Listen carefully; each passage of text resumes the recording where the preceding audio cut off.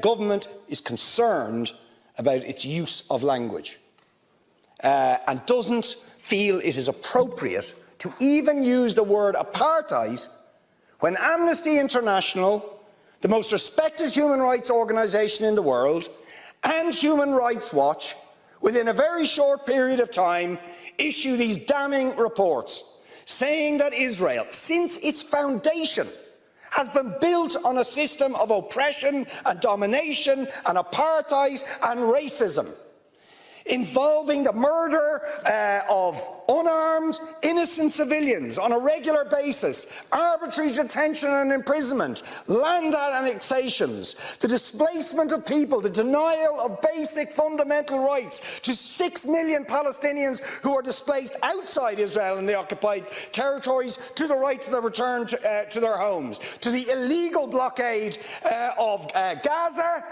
which has left, as they say in the report, Gaza in a permanent state of humanitarian crisis, denying people access to food, to water, and treating the Arab population as a whole, the Palestinian population as a whole, as an inferior race. I mean, it doesn't get stronger than this.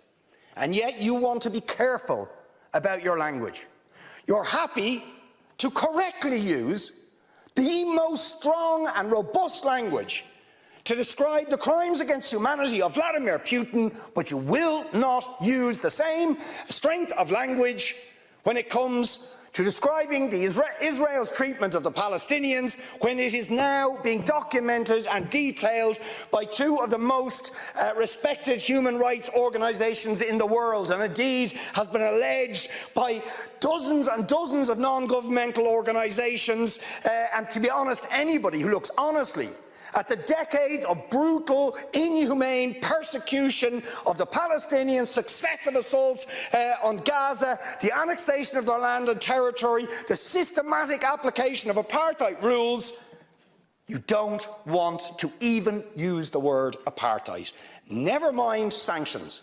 5 days sanctions against Putin and his thugs, 70 years of oppression by the Palestinians, and it wouldn't be, what was the word you used? It wouldn't be helpful to impose sanctions. Amnesty International are calling for Israel to be referred to the International Criminal Court for crimes against humanity. Will you support it? They are calling for targeted sanctions against Israeli officials who are perpetuating the system of apartheid, just exactly the same types of sanctions you've just initiated against Vladimir Putin. Will you support it? And I think the answer is clearly you're not going to. And then we ask the question, why? Why?